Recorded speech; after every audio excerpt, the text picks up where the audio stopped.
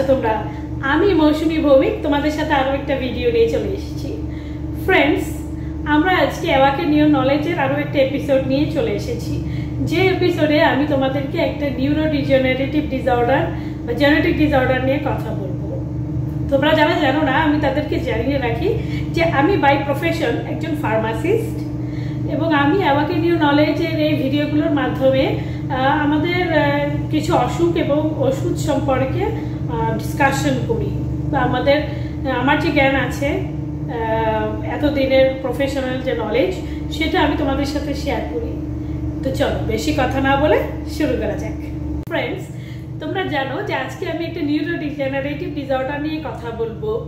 Neurodegenerative ডিসঅর্ডারটা হচ্ছে মূলত মস্তিষ্কের ক্ষয়জনিত একটা রোগ। আমাদের সেই রোগের নামটা হচ্ছে পার্কিনসন ডিজিজ। আমি জানি যে বাংলাদেশে আসলে এখনো পার্কিনসন ডিজিজটা ওরকমভাবে পরিচিত হয়নি, কিন্তু বাংলাদেশে আসলে একটা সমীক্ষায় দেখা গেছে যে পার্কিনসন ডিজিজটা আসলে বাংলাদেশে বাড়ছে এবং রোগের সংখ্যাও বাড়ছে ইন্টারন্যাশনালি। পার্কিনসন ডিজিজটা আসলে কি আমরা একটু জানি। পার্কিনসন ডিজিজটা হচ্ছে মূলত একটা মস্তিষ্কের ক্ষয়জনিত রোগ। তোমরা জানো যে আমাদের মস্তিষ্ক নিউরন বলে এক ধরনের স্নায়ু কোষ দিয়ে গঠিত থাকে। এই নিউরন যখন তার কর্মক্ষমতা হারিয়ে ফেলে এবং নিউরন যখন নিউরো ট্রান্সমিটার তৈরি করতে পারে না, তখন এই পার্কিনসন ডিজিজটা হয়। এখন আমরা জানি যে নিউরো ট্রান্সমিটারগুলো কি। নিউরো ট্রান্সমিটারগুলো হচ্ছে মূলত কিছু রাসায়নিক পদার্থ, যে রাসায়নিক পদার্থ আমাদের শরীরের বিভিন্ন স্থান থেকে যে ইলেকট্রনিক যে সিগন্যালগুলো আছে, সেই ইলেকট্রনিক সিগন্যালগুলো আমাদের ব্রেনে নিয়ে যায় এবং ব্রেন থেকে ওই সিগন্যালের পরিপ্রেক্ষিতে কিছু রেসপন্স করে, যেটাকে আমরা বলি ইমোশনাল রেসপন্স। সেই ইমোশনাল রেসপন্সগুলোকে করতে সাহায্য করে হচ্ছে নিউরোট্রান্সমিটার। এটা হচ্ছে আমাদের পার্কিনসন ডিজিজ কি, এবং নিউরোট্রান্সমিটার কি, এগুলো নিয়ে একটু কথা বললাম। এখন পার্কিনসন ডিজিজটাকে ভালোভাবে জানার জন্য তোমাদেরকে আসলে একটু ব্রেনের ফাংশনটা সম্বন্ধে একটু বুঝতে হবে। ব্রেনের কি কি অংশ আছে, প্রত্যেকটা অংশের কাজ একটু আমাদের জানা জরুরি। তো আমাদের ব্রেন আসলে মূলত তিনটা অংশ দিয়ে গঠিত। একটা হচ্ছে ফোর ব্রেন বা গুরু মস্তিষ্ক, এটা আমাদের মস্তিষ্কের সামনের অংশ। আরেকটা হচ্ছে মধ্য মস্তিষ্ক বা মিড ব্রেন, এটা আমাদের মস্তিষ্কের মাঝের অংশ। এবং আরেকটা হচ্ছে হিন্ড ব্রেন বা লঘু মস্তিষ্ক, এটা আমাদের মস্তিষ্কের কিন্তু পেছনের অংশ। এখন প্রত্যেকটা অংশেরই কিন্তু খুব গুরুত্বপূর্ণ কাজ আছে। এই অংশগুলোও কিন্তু আবার কিছু কিছু সাব অংশে বিভক্ত।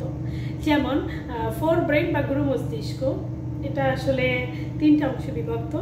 একটা হচ্ছে সেরেব্রাম, থ্যালামাস এবং হাইপোথ্যালামাস। এখন এই সেরেব্রাম, থ্যালামাস এবং হাইপোথ্যালামাস মূলত আমাদের বডি টেম্পারেচারকে রেগুলেট করা, এই কাজটাই একটু বেশি করে করে। এছাড়াও শরীরের ভারসাম্য রক্ষা এবং কিছু ইমোশনাল রেসপন্সও কিন্তু ভূমিকা পালন করে। এবার আসি আমরা মিড ব্রেনে। মিড ব্রেনের তিনটা অংশ আছে। একটা হচ্ছে কর্পোরা কোয়াড্রিজেমিনা, সেরেব্রাল পেডাঙ্কাল এবং সেরেব্রাল একুইডাক্ট। এই তিনটা অংশ ছাড়াও আরও কিছু অংশ আছে, ব্যাসাল গ্যাংলিয়া এবং সাবস্টেন্সিয়া নিগ্রা। এই দুটো টপিক কিন্তু আমাদের একটু জানতে হবে। একটা হচ্ছে ব্যাসাল গ্যাংলিয়া আর একটা হচ্ছে সাবস্টেন্সিয়া নিগ্রা। এই মিড ব্রেন বা মধ্য মস্তিষ্ক আমাদের শরীরের আসলে ইমোশনাল রেসপন্স, আমাদের শরীরের বিভিন্ন বৈদ্যুতিক রেসপন্স, কোন ইমোশনে আমরা কী ধরনের রেসপন্স করি, আমাদের হাঁটা চলার ভারসাম্য রক্ষা করা, আমাদের টার্গেট ফিক্স করা, সেই টার্গেট অ্যাচিভ করা, এবং সেই টার্গেট অ্যাচিভ করতে গেলে যা যা করার দরকার হয় সেই সবগুলো করার জন্য গুরুত্বপূর্ণ ভূমিকা পালন করে হচ্ছে মিড ব্রেন। এবার আমরা আসি হিন্ড ব্রেন বা লঘু মস্তিষ্ক। লঘু মস্তিষ্ক তিন ধরনের, সেরেবেলাম, পন্স ও মেডুলা অবলঙ্গাটা।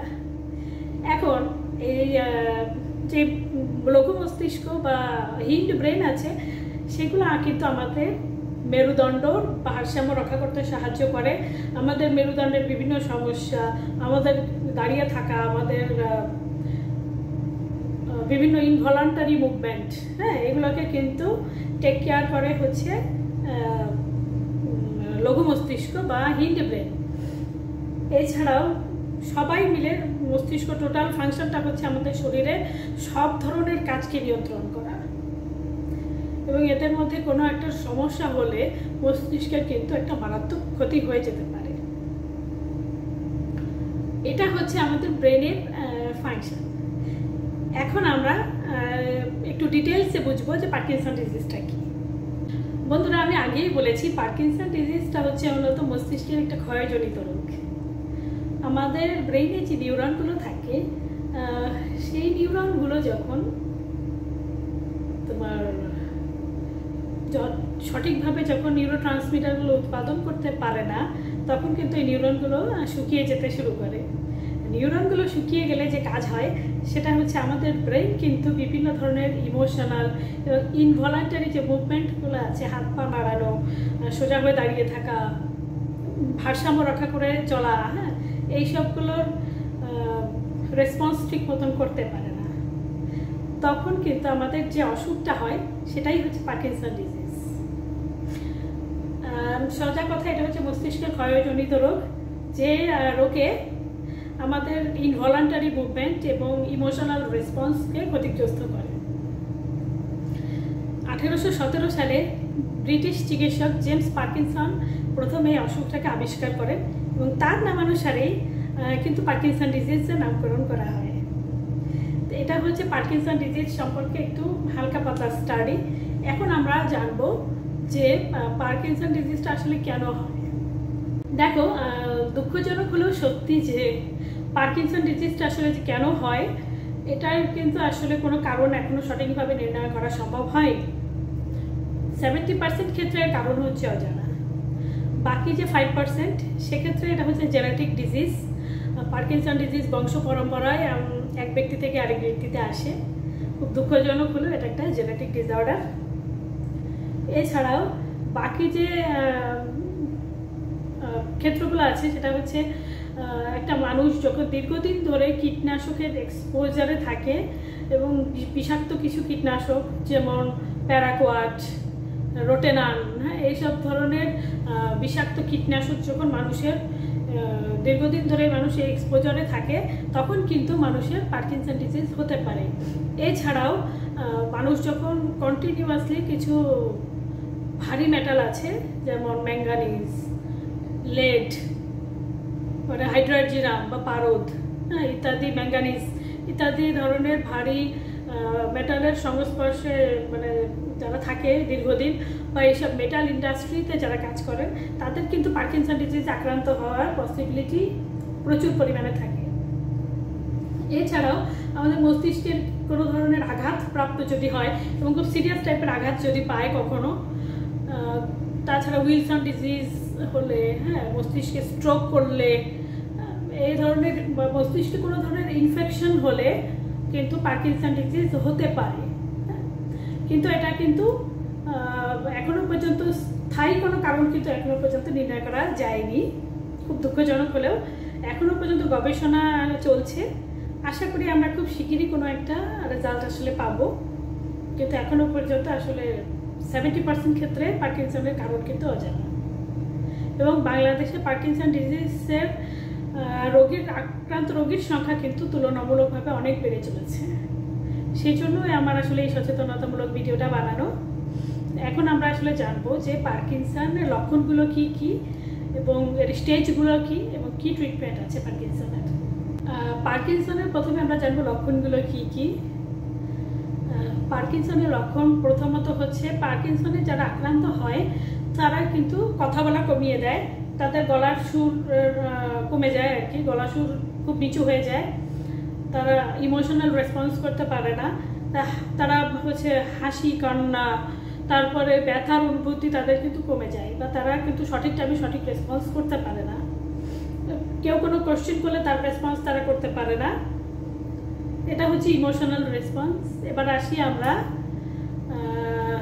ইনভলান্টারি মুভমেন্টগুলোতে, যেমন হাত পা কিন্তু শক্ত হয়ে যায়, খুব শক্ত হয়ে যায়, এবং তাদের হাত পা নাড়াতে খুবই কষ্ট হয়।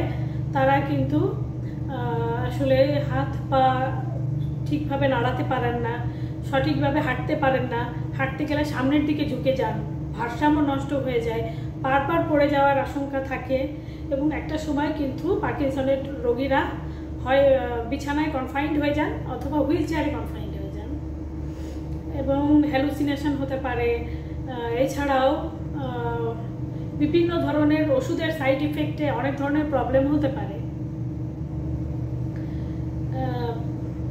এইগুলো হচ্ছে ডিমেনশিয়াও হতে পারে। পার্কিনসনের একদম শেষ পর্যায়ে এসে কিন্তু রোগীরা ডিমেনশিয়ায় আক্রান্ত হন, এবং তখন কিন্তু আসলে রোগীদের কথা বলার শক্তি নষ্ট হয়ে যায়।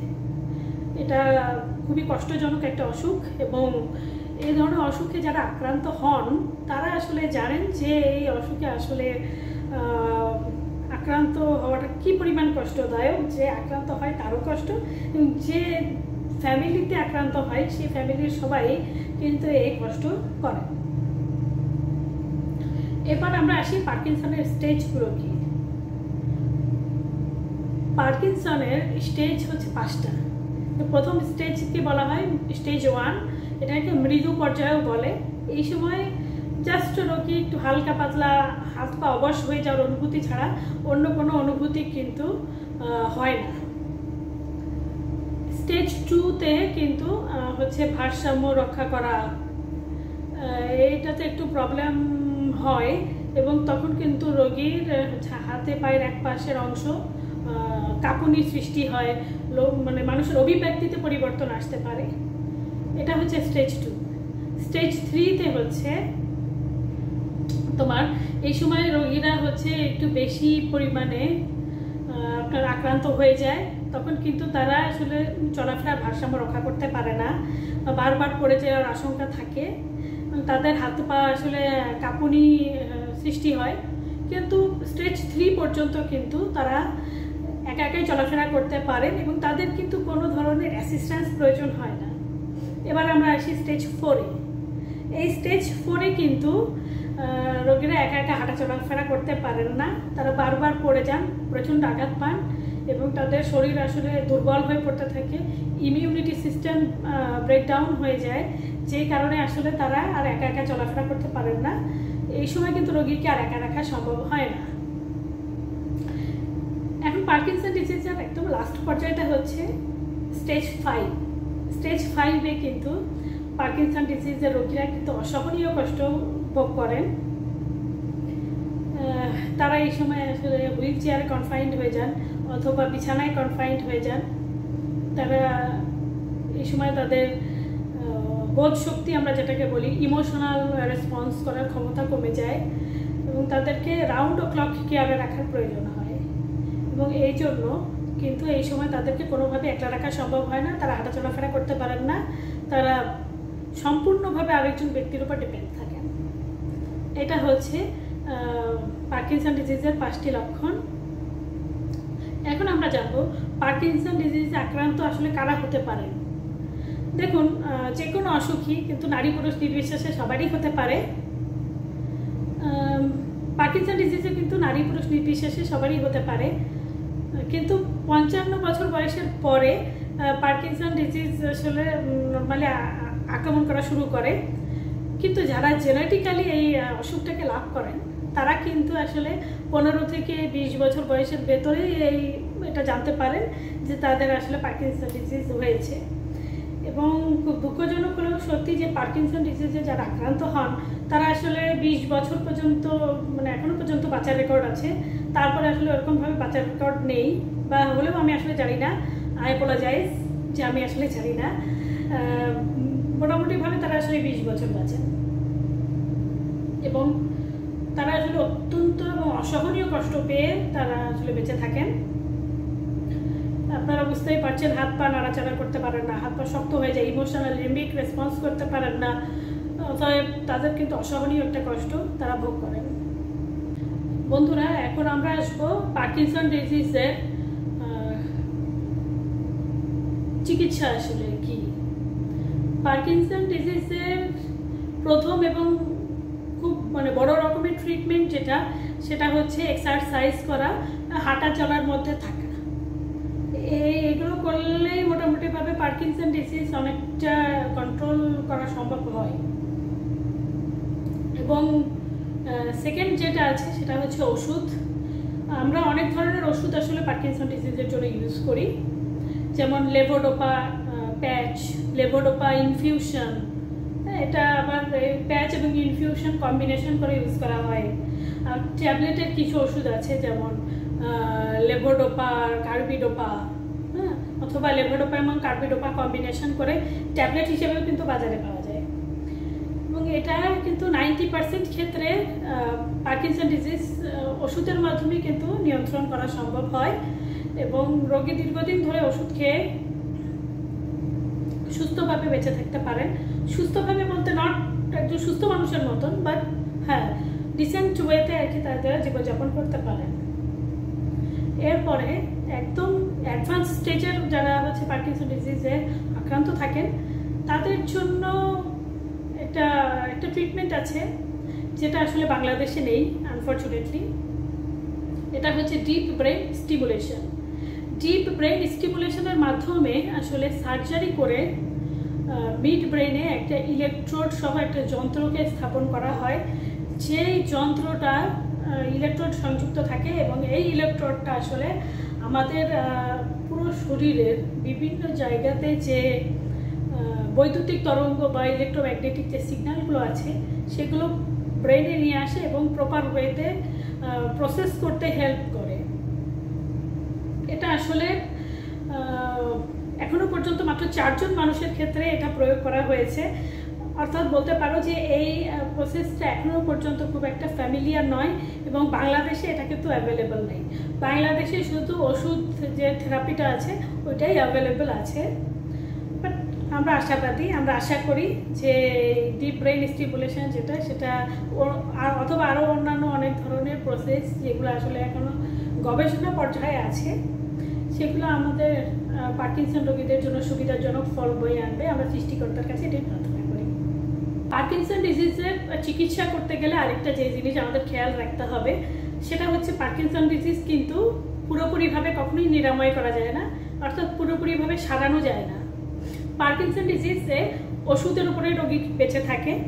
পার্কিনসন ডিজিজকে উপসর্গ অনুযায়ী ট্রিটমেন্ট করতে হয়, এবং এই উপসর্গ অনুযায়ী ট্রিটমেন্ট করতে গিয়ে কিন্তু রোগীরা আরও অনেক বেশি ওষুধের উপর ডিপেন্ডেন্ট হয়ে যান, এবং এই ওষুধের আসলে অনেক ধরনের সাইড ইফেক্ট থাকে। সেই সাইড ইফেক্টগুলোকে নিরাময় করতে গিয়ে কিন্তু আরও অনেক ধরনের ওষুধ খেতে হয়। অর্থাৎ পার্কিনসন ডিজিজ হলে রোগীকে অনেক ধরনের ওষুধ খেতে হয়, প্রচুর ওষুধ খেতে হয়। সেই জন্য আসলে রোগীর রাউন্ড ও ক্লক কেয়ারের খুবই জরুরি প্রয়োজন হয়। তো এটা আসলে পার্কিনসন ডিজিজে যারা আক্রান্ত হন তারা আসলে এগুলো মাথায় রাখলে, বা তাদের প্রিয়জনেরা যারা আছেন তারা যদি এই জিনিসগুলোকে মাথায় রাখেন, তাহলে দেখবেন জীবনটা অনেকটা সহজ হয়ে যায়। বন্ধুরা, এতক্ষণ কিন্তু আমি পার্কিনসন ডিজিজ নিয়ে আমার প্রফেশনাল এবং যে প্র্যাকটিক্যাল নলেজ ছিল সেগুলো নিয়ে আমি ডিটেলস একটা আলোচনা করেছি তোমাদের সাথে। আমি চেষ্টা করেছি তোমাদেরকে কিছু হেল্প করার, কারণ দুঃখজনক হলেও সত্যি যে পার্কিনসন ডিজিজ কিন্তু এখন বাংলাদেশের একটি গ্রোয়িং একটা অসুখ, এবং এটা অবশ্যই প্রাণঘাতী একটা অসুখ, এবং এটার মৃত্যুটা খুবই স্লো এবং খুব ডেটোরিওরেটিং, খুবই কষ্টদায়ক। আমরা আশা করি যে আমি যে নলেজগুলো শেয়ার করেছি সেটা তোমাদের কষ্টকে কম করতে না পারলেও জীবনটা অনেকটা সহজ করে দিতে সক্ষম। ধৈর্য ধরে আমার এই ভিডিওটা দেখেছো, তাদেরকে অনেক অনেক ধন্যবাদ। আমার চ্যানেলটাকে ফলো করে রাখতে পারো, অথবা আমার ইউটিউব চ্যানেল আছে যেটার লিঙ্ক আমি ডেসক্রিপশন বা কমেন্ট বক্সে দিয়ে দেবো। তোমরা কিন্তু চাইলে চেক আউট করতে পারো এই ধরনের অনেক ভিডিওর জন্য। ভিডিও তোমাদের কেমন লেগেছে এটা কমেন্টে আমাকে জানাতে ভুলো না। তোমাদের কমেন্টই আমার ইন্সপিরেশন। তো তোমরা যারা এতক্ষণ ধৈর্য ধরে ভিডিও দেখলে তাদেরকে অনেক অনেক ধন্যবাদ। তোমরা ভালো থেকো।